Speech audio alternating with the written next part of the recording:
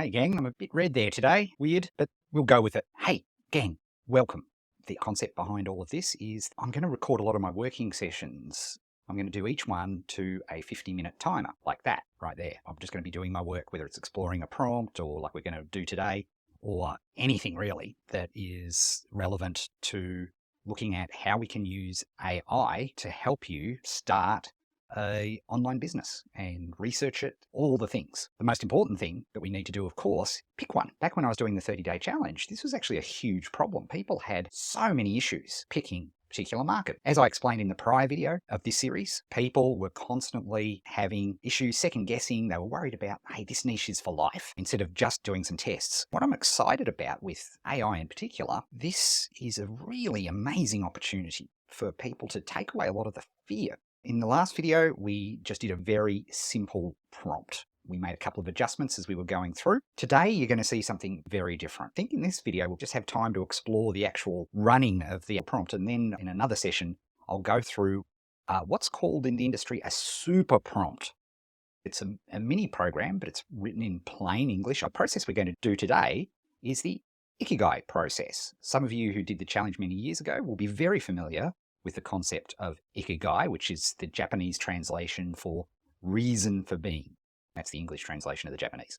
You get what I'm saying? You can see this classic diagram, which a lot of you are very familiar with. Isn't it a great idea? If you're going to pick a niche to start a business in, doesn't it make sense that it would be something that you love, something that you're good at, something that you can be paid for, very important, and what the world needs. You can take that to be as big as a huge mission and a passion project, or you could make as little or as important as the do no harm philosophy. What we did in the challenge over many years is we manually go through this. I'd shoot a video just like I'm doing now, and I'd go, hey, what do you love? I'll give you 5 minutes on the clock, blah, blah, blah, blah, blah. And off we go. It'd help people, and you do a little diagram just like this, and off you go to the races. What has been incredibly thrilling to me, and the reason I'm back, what we can do with AI just changes the game again. Because, as you'll see today, is I have loaded my super prompt into ChatGPT. I'm using ChatGPT 4, as I said, because I'm a baller. That's how I roll. And I just want to show you what's possible when you really think about writing a prompt. Because, frankly, a lot of the prompt stuff I'm seeing around the traps, people aren't really thinking it through very well. The other thing I'll say about all of this is people are worried, oh, will this take jobs? Will this be a problem? Will this be an issue? And I said, look, if you're extremely mediocre at what you do, yeah, you've probably got a problem. But if you know what you're doing and you're passionate about a subject, all this does is just improve your capabilities out of this world. Like, it's bananas. So let's get to it. One more thing. I programmed it to be Ed Dale, internet marketer, because a long time ago I was vaguely a famous person that nobody knows. ChatGPT is quite familiar with my work. And so I asked it to be me when I was running through this Ikigai process. And the little insy-tinsy issue with that is that if you tell ChatGPT you're Australian, it goes over the top. I think it's great, but I just wanted to say this is why ChatGPT is behaving Ed Dale, impersonating Crocodile Dundee, probably on cocaine. You'll get the gist. Let's have some fun with it. So I've just hit enter, and here we go. So let's have a look. G'day, mate. Welcome to our coaching session. You can call me Ed, your friendly online business coach from the great down under. I'm here to help you dig deep and find your perfect business niche. We're going to have a few laughs along the way. Now, before we get started, could you tell me your name? Hi there, Ed. My name's Tony. Let's go. Nice to meet you, Tony. Thanks for joining me today. I hope you're ready to embark on a fun and insightful journey. Now, our goal for today is to help you find your ideal business niche. We're going to use the Japanese philosophy called Ikigai, which is a fancy way of saying we'll find the intersection of what you love, what you're good at, what the world needs, and what you can get paid for. Sounds like a lot, doesn't it? But don't worry, I'll guide you every step of the way. Imagine we're creating a delicious pie, and these 4 things are our ingredients. We want to find the right mix to make our pie not just good, but absolutely scrumptious. We're going to have a good yarn about what you love, what you're good at, and what you could potentially get paid for that also benefits the world. Now, before we begin, I must ask for your permission to proceed. It's like asking if you're okay with me poking around in your kitchen cupboards. You ready to dive in? Remember, as they say, what happens in an Ed Dale AI coaching session stays in an Ed Dale AI coaching session, unless you're live streaming.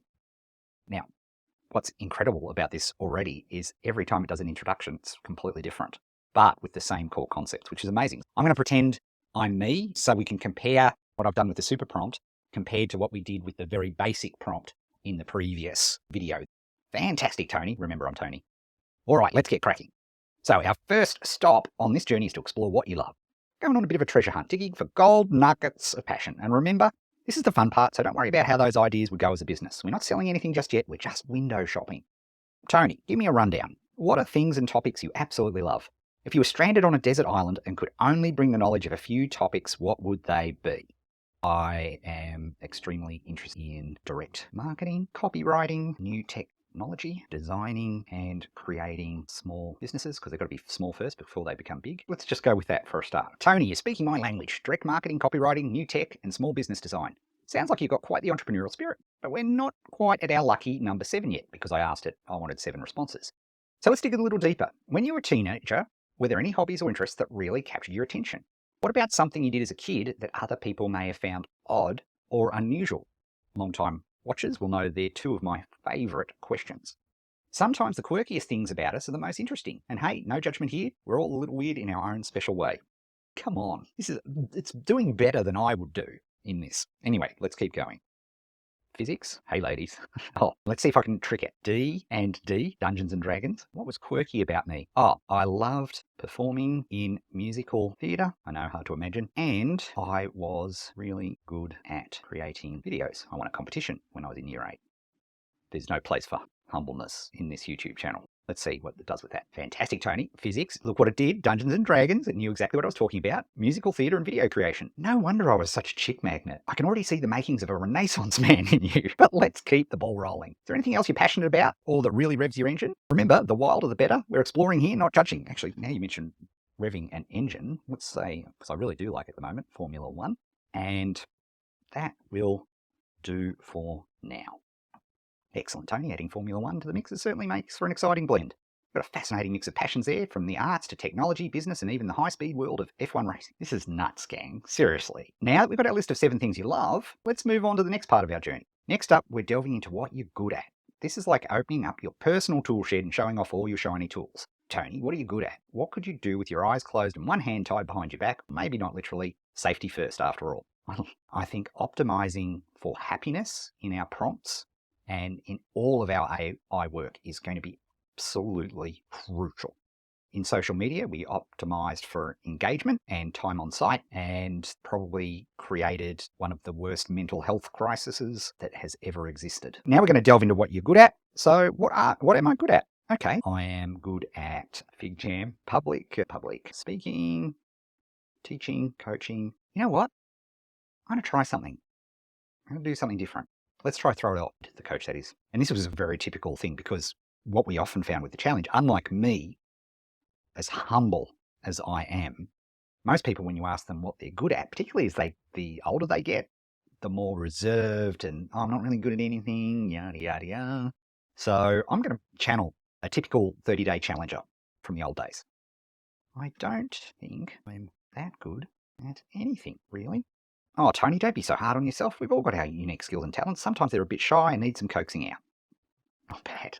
Let's look at another way. What do people often come to you for advice about? Or perhaps there's something you find easy that others often struggle with. Remember, mate, skills don't always have to be something flashy, like juggling flaming kangaroos. Appeals to me. Sometimes they're as simple as being a good listener or having an eye for detail. It's not detail. Lol. I'm really just treating this like an interaction with another human being, like Ed Dale, the coach. I think a mistake people make is when they're interacting with the AI and ChatGPT, go into a computer mode, particularly people who are really used to working with computers. And it's a large language model. It's not designed to work like that.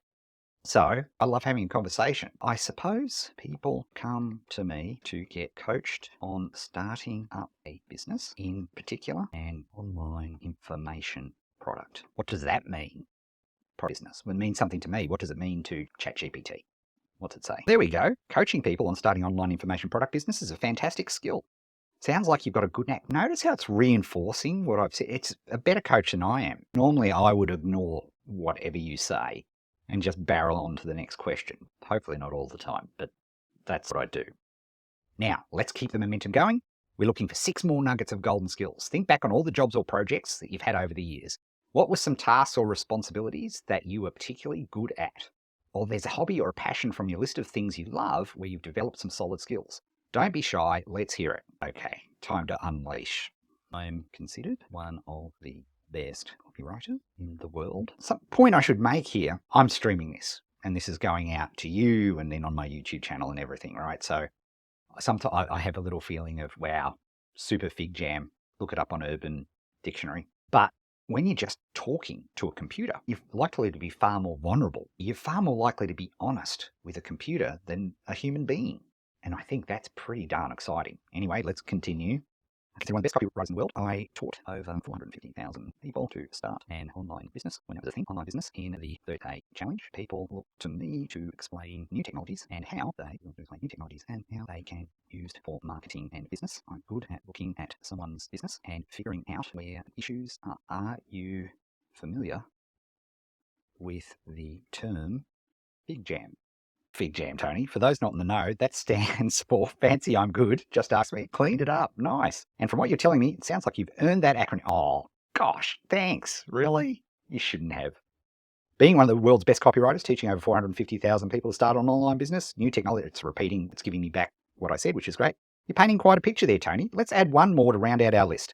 Is there anything else you consider yourself particularly good at? Perhaps something from your personal life or skills? Teaching people through video. I'm not sure anybody watching this would agree, but hey. Okay. Oh, that's very nice. Give me a little bit of a summary. So we're 2/3 of our way through our Ikigai journey. Now, what's interesting about that is, no, we're not. ChatGPT is not really good at math. We're halfway through if you look at the questions. We'll see what's going on. Like I said, it's not perfect. See, I'm not perfect either. Doesn't matter. People still apparently value my opinion. I'm often wrong. So's ChatGPT. Doesn't mean it's not a helpful brainstorming partner. Let's continue on. Any surprises, realizations, or thoughts you want to share before we move on? Great coaching question. I'm surprised, not really, but I'm surprised by the number of things I'm actually really good at. Again, this is far more like a really good coaching session, and I've actually programmed this in the super prompt. Tony, sometimes we're so close to our own skills and passions, we don't realize just how much we bring to the table. Remember, you're a fig jam. Don't forget it. Seriously? How good is that? Come on. That is nuts. So now we've got a solid grasp of what you love and what you're good at. Let's move on to the next part of the Ikigai process. Next, we're looking at what you can get paid for. Now, don't let the dollar signs in your eyes blind you. We're not just talking about what jobs you've had or what you're currently doing. We're looking at the potential for profit in your passions and skills. Tony, what can you get paid for? And remember, this isn't about what you want to get paid for or what you should get paid for. It's about what people would actually throw their hard-earned dollars at. I obviously know the answers here. I'm going to channel, this is a really tricky question. So I'm going to channel a traditional 30-day challenger and say, I don't think I'm good enough to be paid for stuff like this. There are much better qualified people than me. Classic imposter syndrome situation. Let's see what it does. Oh, Tony, don't sell yourself short. You've shared that you're one of the world's best copywriters. Yes, I have, actually. Correct. But let's break it down a bit. We're not looking for a new job description, but rather exploring the different ways your skills and passions could potentially bring in some dough. I hope you're getting as excited as I am about this, because this is bananas. This is absolute bananas. Okay, so let's start from some of your responses. Familiar, you've been paid for copywriting before, right? You are right. I can get paid for copywriting. People have paid for my coaching, and running the 30-day challenge meant I created a big list of people who trusted my product recommendation. That's the spirit, Tony. Not only are there areas where you can get paid, there are also things you love and are good at. That's what we're aiming for here. Let's keep the ball rolling. You mentioned copywriting, coaching, and trusted product recommendations. Are there any other, you summarized that so well. Are there any other areas you've been paid or see potential for earnings? Maybe something related to explaining new technologies, troubleshooting businesses, or video teaching skills. I have created many online courses over the years that people have bought, and I even had a subscription newsletter. Awesome, Tony. Creating online courses and running a subscription newsletter are excellent ways. Let's add these to our list. So it's reminded me of what we've already got. Great summarization. We're looking for 2 more potential ones. I have designed software products to help people publish digital magazines, and I have run conferences teaching people how to create a business Perfect, Tony. Designing software products and running conferences are fantastic additions to our list. Here's what we've got. That's an impressive list, Tony. Now, before we move to the final part of the Ikigai process, is there anything you can think of that could potentially bring in income? Don't be shy. Remember, we're brainstorming here. I think that's it for now. What's been interesting to me is that even just going through this exercise myself, and of course I know all this stuff, it's amazing how it's making me even think through these things. Now, hang on a second, what's going on here? Well done, Tony. You've really dug deep and found a wealth of ways you can potentially earn from your skills and passions. I'd call that a cracking success. Cracking success. So now we're about to enter the final stage. We're going to explore how your skills, passions, and potential income sources can benefit the world. This might seem like a big question that people really struggle with, but don't worry, we'll break it down together. Let's start by revisiting your responses to the first two questions. What do you love and what are you good at? Just to make it easier, I'll summarize your answers in a table. So what happened is, as part of the super prompt, I've asked it to do this. Not too bad, right? Again, the creativity. There's level 1 prompts and then there's level 10 prompts. Actually, what I'm very excited about is hopefully we can start collaborating on these super prompts and you can give me ideas of things that I've missed as well. So what do you love? Direct marketing, copywriting, new technology, designing small businesses, physics, Dungeons and Dragons, performing in musical theatre. What are you good at? Coaching on starting online businesses, copywriting, teaching online business, explaining new technologies, troubleshooting businesses, confidence, the fig jam factor. I was trying to be smarter and it got me. It got me. Come on. Are you not impressed? Are you not entertained? My goodness, that's nuts. Now, your task is to rank these from 1 to 7, where 1 would have the most benefit to the world and 7 the least benefit, though still beneficial. Take your time and remember this is about the potential impact on the world, not just what you enjoy or you're good at. Ready, Tony? Let's do this. Okay. Again, I'm going to try to be tricky here. I'm going to do the what do you love list, but I'm not going to tell it that because it didn't specifically ask me. So I'm just going to do the first ones. Let's see what happens. I don't know. All right, so let's have a look at this. Come on, gang. Oh my goodness. Hold on a sec, Tony. I might have gotten myself into a bit of a tangle here. I'm not quite sure if you're ranking the what do you love or the what are you good at column. So let me tell it. Oh, that was the what do you love? So let's see what happens. No worries at all, Tony. I appreciate the clarification. So here's how your what do you love list looks after the ranking. How good is that? It's given me an entire table. I've got to tell you something. I haven't seen it do that one before. That's new. When I've been running this prompt, I've never seen it do that, and it's so freaking cool. Now, let's do it the same for the what are you good at list. Could you please rank them from 1 to 7? Let's test the friendship here. Could you remind me what those were again, please? Always use manners with AI. Okay, so did it magnificently. So I think starting online businesses would be the biggest benefit because the more people who are running their businesses, the better everything will be. So I think I'll put 3 as the next one and then 5 as the next one. Then I will go with 2. Oops, 2. What about 4? Then 7. And I'm not sure my confidence is look, it's a huge benefit to the world, I think, but let's just put it there. What's going to happen now? Fantastic, Tony. Here's what you're good at. And as it looks after your ranking, coaching, copywriting, teaching online businesses, explaining new technologies, troubleshooting businesses, confidence, teaching through video. Have a look at these lists. How do they feel to you? Is there anything you'd like to change or are you ready to move on to the next step? This is great. You have been such a good help so far. I know Ed. He loves a bit of positive reinforcement. Oh, shucks, Tony, you're making me blush here. That's what I'm here for, mate. So we've reached the end of the Ikigai process. Let's take a moment and reflect. What are some of the biggest insights you've gained from this process?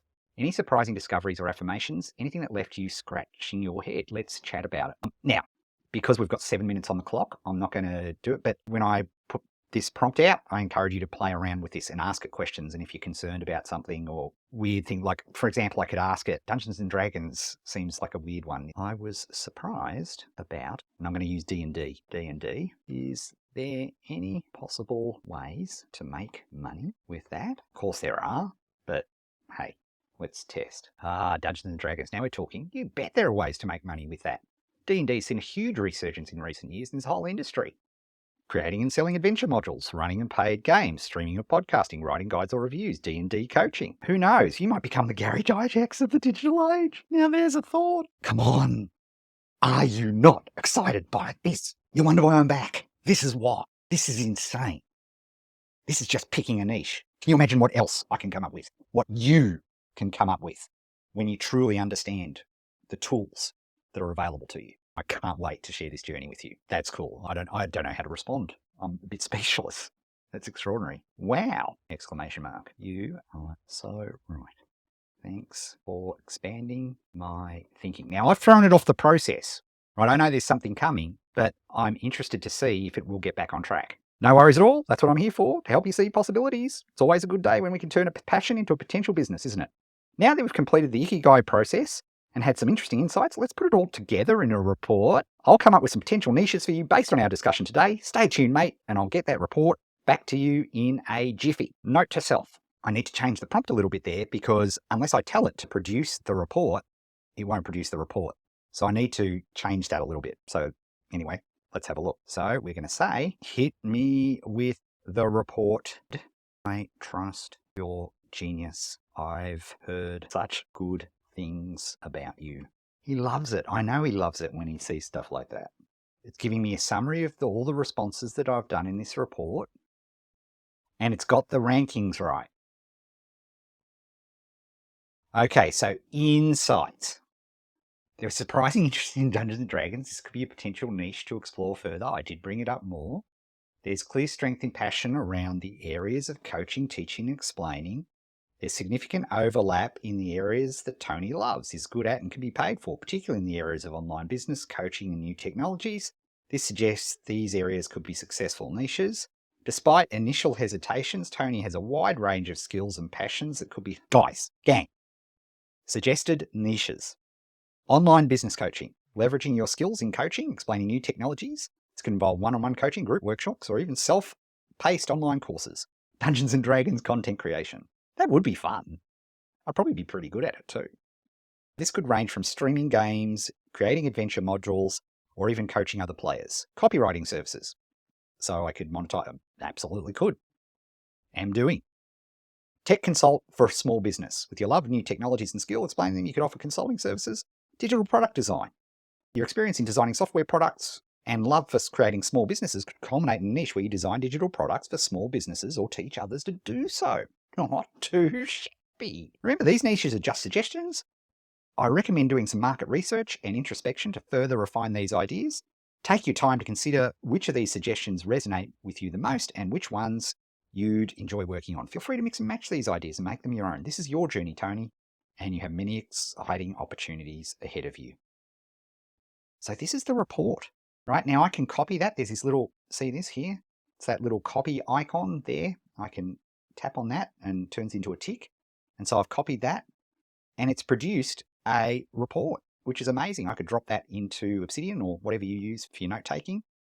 You can see the incredible opportunities that we have available. That is the end, of my 50-minute session. In the next video, I'm going to explain to you the super prompt behind what we did here. By the time you see this, in the description below, there'll be a link for you to be able to access and grab the actual super prompt so you can run this yourself. You'll have a place to discuss this, and because I'd love to build a sort of a brains trust around creating these types of super prompts to help people. It's exciting. It is so exciting. I hope that just wet your whistle for the possibilities ahead. All right, we're at 50, so I'm going to hit pause and I'll see you next time. You are seriously going to use my extraordinary powers to yet again pimp people, to like and subscribe and ring the bell in your ridiculous need for validation. I could be solving some of the universe's greatest mysteries, and you have me doing this.